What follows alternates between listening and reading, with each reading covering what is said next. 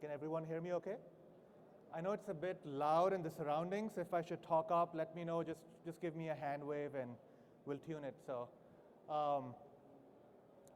glad to be here. Thanks for joining here in the opening morning of DAC. My name is Mujtaba. Me and my team, we're part of Azure Engineering, our cloud business at Microsoft. And our goal is to really make sure we partner with the industry and make Azure a great platform for running large-scale EDA workloads today and out into the future. And so really, I was thinking about how to kind of start, and really like the message that kept coming back to me is, last year was the first time I came here as part of Microsoft to DAC. I started out in the semi-industry before shifting to Microsoft, but after many years ago, I came back here. And there was a lot of enthusiasm. We had the design and cloud or design infrastructure alley that Derek and folks set up. Lots of enthusiasm, but a lot of questions as well on, can EDA really be real for semiconductors? And we've taken attempts at doing this in the past. It never really worked out. EDA is so unique. I don't know if public cloud can really cut it. There was all sorts of security, business model, cost questions. So I think standing up here a year on, I can pretty confidently say that EDA in cloud is now real.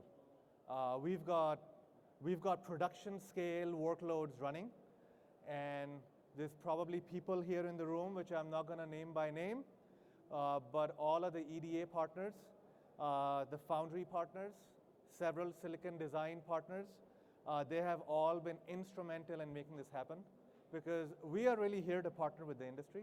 We don't do this on our own. Our job is to learn and figure out what the needs are, what do we need to bring. And so really, thanks for the partnership. I want to walk today primarily through on what are the investments we have made over the last year, which we believe are really well suited for EDA. And I'll kind of stop and highlight areas which we really see taking, uptick from the industry. And then I'll leave enough time for quick Q&A. We also have a booth, and several great team members are there, so we'll be happy to kind of take conversations offline. But so with that, before I kind of start on EDA in particular, just want to take a couple minutes and say, really, like, we're in this era of intelligent cloud, intelligent edge, as we kind of look at it from a Microsoft standpoint. And it's not just about the cloud, but also about the edge and how they all come together. And when we see across the different industries that we partner with, truly, like, the technology that the semiconductor industry, the cloud industry, all our tech industry together is building is really starting to transform everything. I'll just give a couple examples.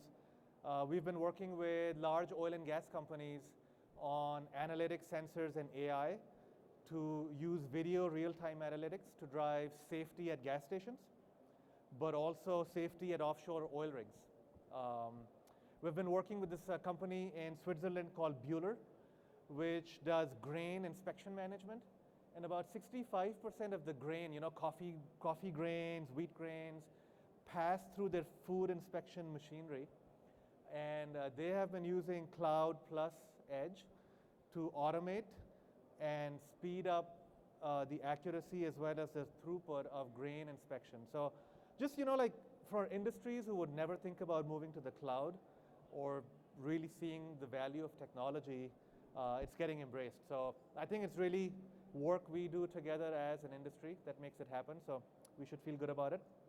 But I don't want to take too much time away from the main topic, so I'll just get right into it. Why cloud for EDA? And the last year or so, when we've been talking to our partners and customers on, there has to be a need that drives a change, right? And we all know, like, complexity of semiconductor design is exponentially increasing. The size of the chips keeps increasing, which means the computational intensity of the processing is going up pretty dramatically. At the same time to market still needs to be managed. And you still need to keep agility, right, on being able to kind of respond to different needs. And so all of that lead to really like the fundamental premise of cloud, which started out as, hey, if I need tens of thousands of more cores in the cloud, can I effectively do that? And it becomes really a supplement for the capacity I have on premise. And if I need to respin my design unpredictably, or some business need comes in and I need to do 5 more chips this quarter, cloud can help me do that. So that started addressing some of the value props that you see here. But as we really started to optimize and tune and learn, we're also starting to see value for cloud to become your permanent data center for doing silicon design.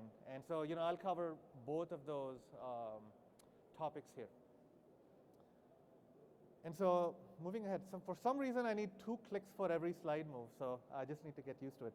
So here's our current reference architecture for silicon design. And I want to step in and walk through pieces of it, but at a high level, the last few months we meet with partners and silicon design companies on an ongoing basis. And for the last few months, in the meetings I've had, the feedback I get initially as soon as we kind of get on the slide is, wow, this looks very similar to how we do things on premise. And to me, like it lights my eyes up. I'm like, that's exactly what we want to achieve, right? Because our goal is to meet you where you are. Cloud doesn't mean that you have to do something drastically different. It should look, smell, feel very similar to the environment you're managing. And then it comes with benefits that you can extract out over time. So we have really iterated on this architecture. I've got a few folks here in the room on our team who have been instrumental in making this happen. So there's a lot of work that's gone on in Microsoft and with our key partners in getting to this point. So let me slow down here for a bit and walk through a few components, and I'll highlight what we have really been focused on for silicon design. So it starts with compute, right? But it's not just compute, it's compute and manageability. So what you get in cloud, and I think that's pretty well known, is a wide range of machine types. So you can get everything from small servers to do simple software dev, all the way up to machines with multi-terabytes of RAM. Over the last year, however, I want to highlight these 2 machine types, the M series, which has more than 4 terabytes of RAM now. So it can handle the largest advanced node chip design needs, both from a memory to core ratio, as well as total RAM per machine. Another VM type that we have introduced over the last few months, we call it the H series. And that HC series has been designed for simulation and EDA jobs. So we've stripped out a lot of other items from that VM, and we're seeing really good uptake of that machine in running EDA jobs. I think the obvious question you all will ask is, hey, that's fine, but for parts of our workload or for some needs, we need ultra customized machines, and I don't know if cloud can really do it. And for that, we announced a partnership with Cray. Cray is a pretty familiar name in our industry. And we have partnered with Cray, where Cray has really gotten a design of a rack which just docks in seamlessly into Azure and works with the rest of our infrastructure for compute and networking and storage. And with this partnership of Cray, we can do pretty customized x86 bare metal Linux blades, right? So if there's parts of your workflow which need some specialized compute hardware, we can deliver it with Cray. We can dock it in. It's a really good business proposition, and the fact that it just works and blends seamlessly with Azure, I think that's resonating pretty well. So we can talk more about that offline. The other piece that I want to highlight is Cycle Cloud. Cycle is a technology, a startup which we acquired about a couple years ago now. And what the great folks at Cycle, what they were focused on is really this topic around orchestration and manageability for large-scale HPC clusters.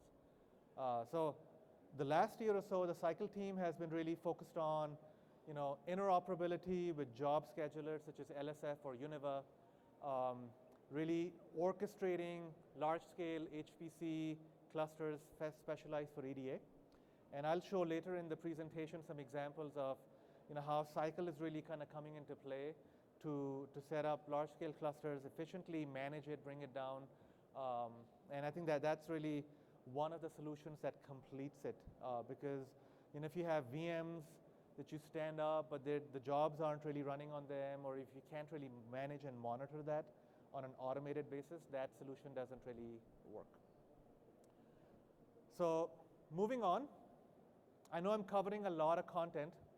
I'll leave a lot of time for questions at the end, but I'll move on. Go ahead. Yeah. So moving on to storage.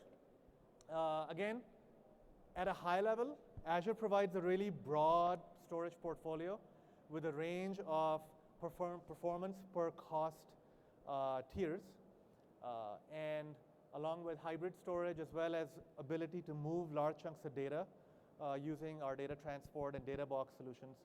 What's unique about Azure is all our storage solutions run off the same API layer. So that makes it very easy for you to move between, say high throughput storage to archival storage and vice versa.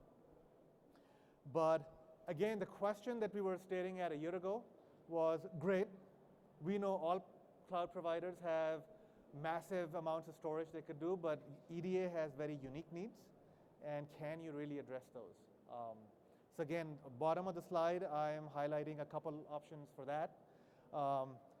First is Azure, another startup we acquired about a little over a year ago, and Azure focuses on intelligent read caching, both for hybrid as well as cloud native environments.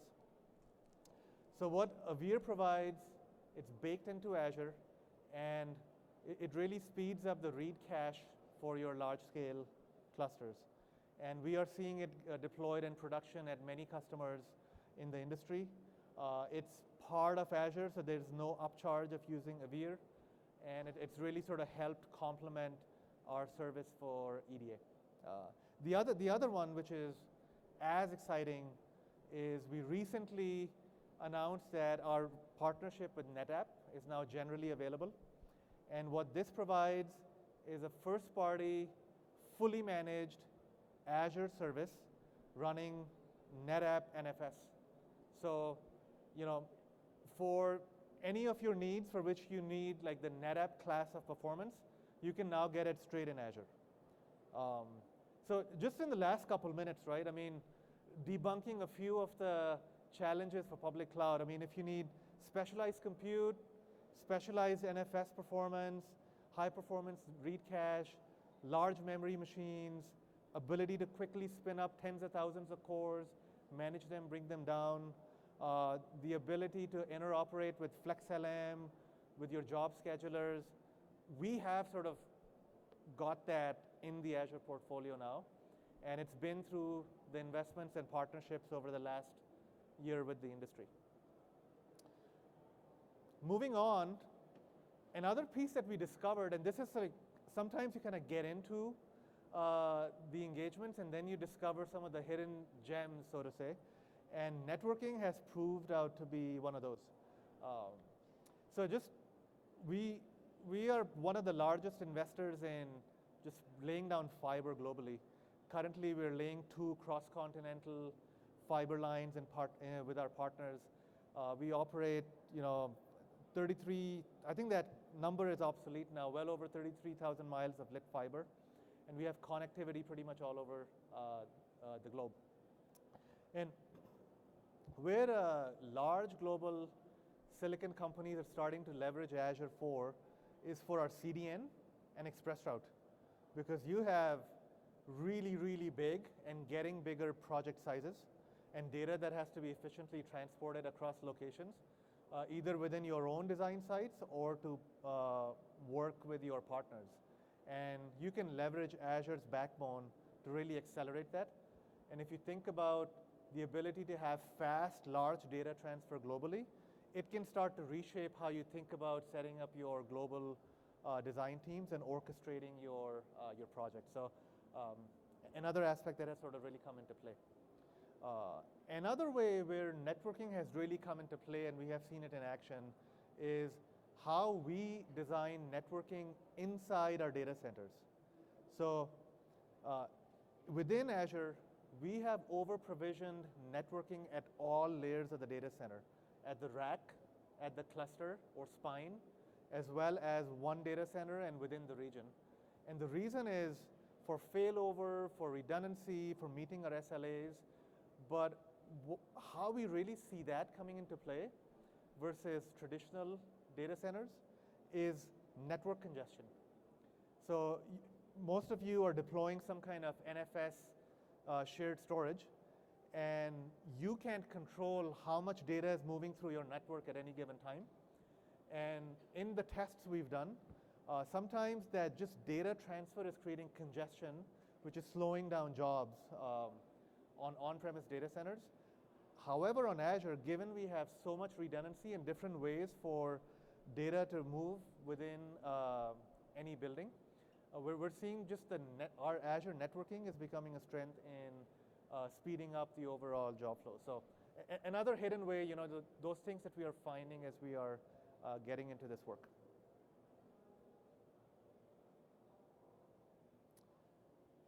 All right. So coming back to this reference architecture again, we spent like a really fast 10-minute journey through a few different components. Compute, which is not fixed but scalable. You can scale up and down to tens or hundreds of thousands of cores, either for fixed or burst capacity.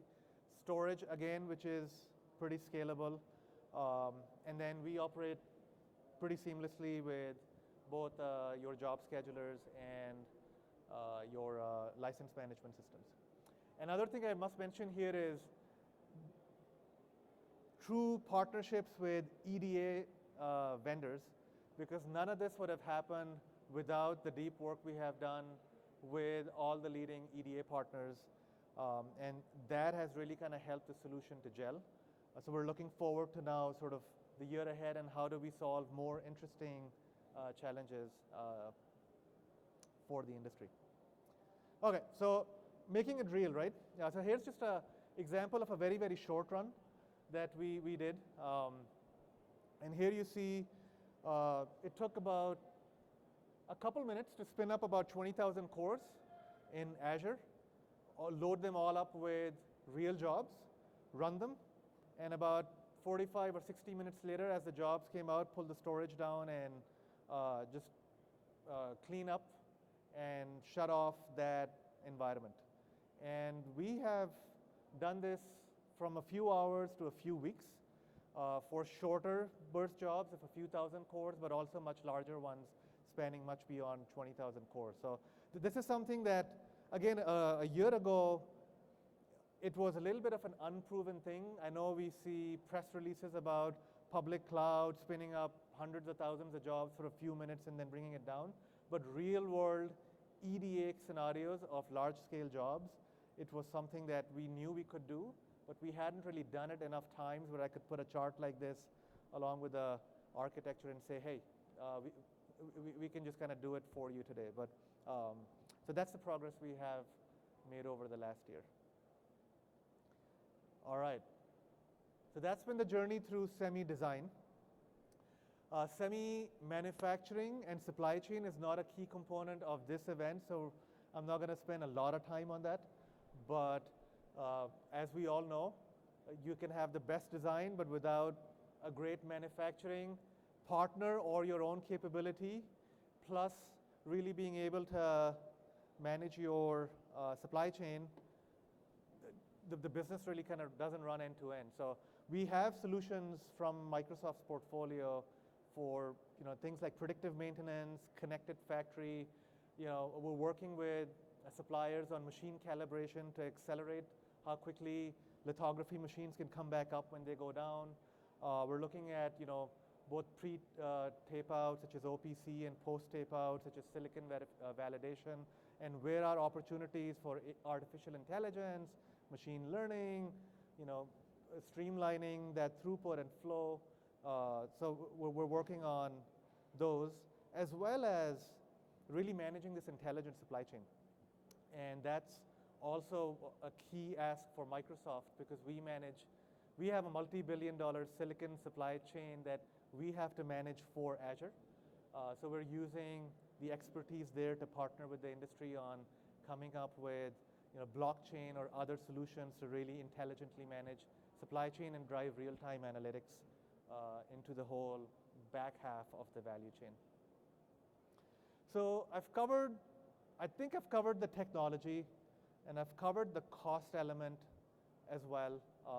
We can talk about cost more offline, but given the production runs we've done and the overall benefits of running in Azure, we have been able to really show that cost is not a factor anymore. Don't go off of public pay-as-you-go per second or per hour VM prices. That does not run for Azure, but come talk to us, and we can talk about a business model solution that would be a fit for your needs. Another thing that is not a topic as much anymore is security. I'm trying to click to move on. And not that security is not important. Security remains as important as it ever has been and will continue to be.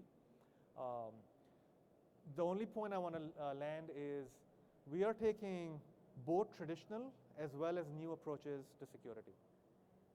Microsoft spends more than $1 billion just in security investments alone for our own infrastructure, as well as the infrastructure we run in Azure for all of our customers and partners. And in addition to all the traditional security measures, we're increasingly turning to AI and machine learning to help keep pace with the security demands. So, this is not an AI machine learning topic, but really the essence of AI machine learning is to have the right algorithms be applied to the problem, and then feed those algorithms with enough data to be able to train them so that those algorithms are pretty accurate at the solution that we're intending those for. Well, across Microsoft's portfolio, we have billions of data points being fed in to our security algorithms, which we're constantly revving and iterating. And we believe that looking ahead, AI and machine learning and really using this approach to security will be pretty essential to keeping us protected, especially given the way security threats continue to go up. All right. As we look to close, the clicker, I'll learn the clicker by the time that the talk is over. So, I think that's true for our industry. We look back and we say we've come such a long way, but we look ahead and say, hey, we're just getting started, right? We say that all the time for different things at Microsoft, but I think it's the same for semiconductors. And if you look back, the semiconductor industry has just come incredible ways, right? But as you look ahead, there's still just so much more to do, because semiconductors are really at the foundation of our technology-driven industrial, fourth industrial revolution, as as economists are saying. And be it connected vehicles, Internet of Things, security, AI machine learning, quantum computing, which will become real at some point. I think there's going to be a lot more innovation that's going to be coming in this industry. And with innovation comes, more need for investment, more need for agility. Time to market is super important because this is not a commodity industry. And so I think there's a real exciting opportunity. We are also just starting out from an Azure point of view in our partnership with semiconductors, because proving that we can run large-scale workloads well in cloud is just the first step, right? There's just so much more to do at the back half of the flow, in really starting to look at artificial and machine learning as how that could come in and start to transform semiconductor design. And you'll start to see more of that from the industry coming down the road. And I think as we really kind of get into it, like the networking example I mentioned, we'll uncover new things and new opportunities that we don't even know of right now. And so I kind of look forward to us coming back every year and talking about the progress we're making for cloud for EDA design. So I'll finish with what is our pitch slide. Most of our decks start with Azure, and we look at Azure really being as the world's computer. We have 54 regions. The 2 dots in South Africa just went generally available earlier this year. The 2 dots in the Middle East, they are coming very, very soon. And we're going to keep having more dots. I know we were in Sweden announcing our Sweden data center earlier this month. And so as we continue to invest, I think there's really an opportunity to see how we can continue to partner more deeply to make cloud a truly viable and over time, the destination to run EDA innovation for the future. So I think we have ample time for questions, but feel free to reach out. I think our contact information is not on the slide, but you can stop by our booth. But if there's any questions, we have 15 minutes for that.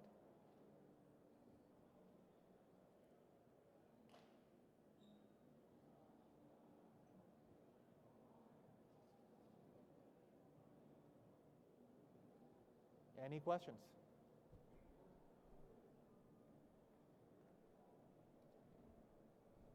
Hi, I'm just wondering how widely deployed the NetApp and I mean, is that a vanilla offering that you have everywhere, or is that a special engagement piece? It's absolutely not a vanilla offering. Yeah, it's absolutely special. Mm-hmm. And generally, what happens for special purpose offerings is we target them in targeted regions, mm-hmm. and that's true for the NetApp one as well. So as we sort of work with every industry, so the semiconductor industry has hubs, so we're looking at the hubs for the semi industry to identify what are the regions where we need things like NetApp, Cray, the M-class VMs, so on and so forth. So NetApp will not be in 54 regions around the world because more than 90% of our customers have no need for a NetApp type solution. Yeah. Thank you. Yeah. Just wait for the mic. So do you have this deployed for, is there any, I guess, is there a... Could you just speak up a bit? It's a little loud. Is there a semiconductor company that's using Azure right now for their EDA needs? So. Yeah, there are several. So I try to not put any logos here, but if you do a search over the last year, we have had public PR releases with all the major EDA partners, with the major silicon foundries. You can come to a talk, I think it's tomorrow, where we have a joint talk with AMD and TSMC and Mentor on scaling Caliber. So we've got references, but we generally are very careful with talking about those publicly to keep confidentiality in mind. Yeah. But we're happy to kind of share more in terms of the architecture and what type of EDA tools and what type of designs we are seeing at specific customers and what parts of our architecture fit well with that. So I think all of that we'll be happy to kind of talk with you at our booth. Yeah. Of course, what remains as a key element is the license management, to be able to burst and whatnot. Does Azure support the hybrid license management on-prem licenses in combination with cloud-based licensing? Yeah. So I'll answer it from the operational standpoint. Operationally, yes, we support it. So we support hybrid or fully on cloud.